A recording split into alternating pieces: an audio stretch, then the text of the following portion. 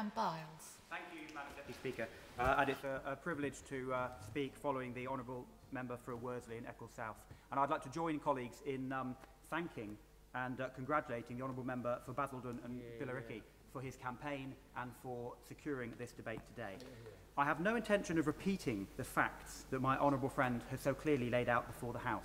Instead, I want to briefly flesh out the vital local perspective of a decision such as this, because the local angle is of fundamental importance for a county regiment.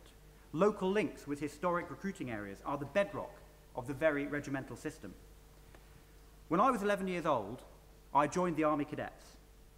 My boots were a bit too big, my beret was rarely straight, I never really got the hang of puttees. I'm sure some members here remember those. Yep.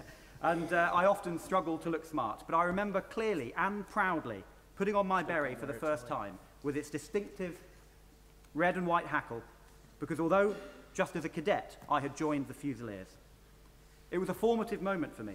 My time as a cadet in Warwick can genuinely be said to have changed my life.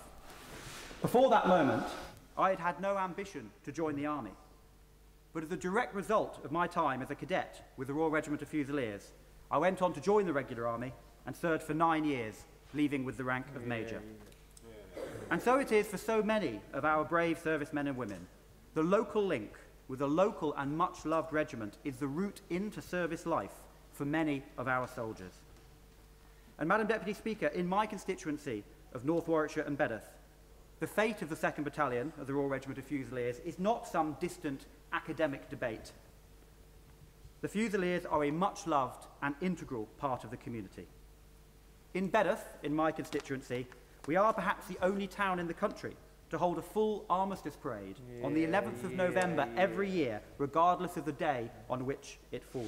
Last year, over 5,000 people attended. And they do so because, as a community, we are fiercely proud of our veterans and we are fiercely proud of our local regiment. 2 years ago, the Royal Regiment of Fusiliers were awarded the freedom of the borough of Nuneaton and Bedworth. And sadly, our borough has seen its share of tragedy. In recent years, we have seen the deaths on operations of 2 local heroes, Fusilier Louis Carter and Sergeant Simon Valentine. Their sacrifice touched local people immeasurably. It is no exaggeration to say that the entire community came together on both occasions in grief and to support their families. Both Louis and Simon's mothers are well known and well loved locally, and I know that they are watching this debate with great interest and with great sadness. Now, Madam Deputy Speaker, I'm not standing here today asking the government to abandon defence reforms completely. I have great sympathy with colleagues who have spoken, who have said that there is no need to go ahead with these reforms at all. I share many of those who have expressed views that there are probably alternatives, that there are other parts of government spending that could perhaps be looked at again in order to ease what is having to be done in defence. However, I don't believe it is practical or credible to say that the Ministry of Defence can escape from any reform whatsoever. The Secretary of State has a very difficult balancing act to bring the MOD budget back onto a sustainable footing after many years of a growing financial black hole, regardless of how big the hole is, and I know that people argue about it.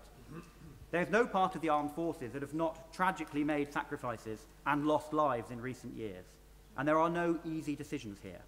So while I have specific concerns about the decision regarding the 2nd Battalion of the Fusiliers, I do understand the difficulties the MOD has. No, Mr. Speaker, I understand that, but those difficult decisions must be made in the right way. Decisions about fighting units should be made by the Army itself on sound military logic. What worries me is the clear impression that for political reasons, well-recruited English regiments are being sacrificed to save less well-recruited regiments elsewhere. In addition, I share concerns raised by a number of colleagues already at the apparent change of Ministry of Defence policy regarding multi-battalion regiments. In 2004, under the previous government, when the Ministry of Defence were last making difficult decisions like this about axing and amalgamating regiments and battalions, the Chief of the General Staff at the time, General Sir Mike Jackson, made it clear that the future lay with multi-battalion regiments rather than single-battalion regiments. They are more efficient and cost-effective, and they provide a more effective promotion structure for soldiers within a family of connected battalions. At that time, the single battalion regiments were targeted and the multi-battalion regiments were preserved or created. And I would ask the Minister why it is that this policy now appears to have changed.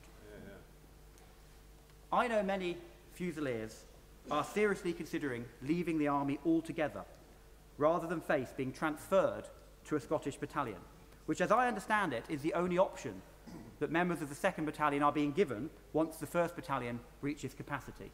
And I believe there may only be as few as 50 places available in the 1st Battalion to absorb 2nd Battalions. So I strongly urge the Secretary of State and the Prime Minister to look at this decision again. For the sake of the families, for the sake of the communities involved, and for the sake of the soldiers of the 2nd Battalion who face a very uncertain future. Once a Fusilier, always a Fusilier. Yeah.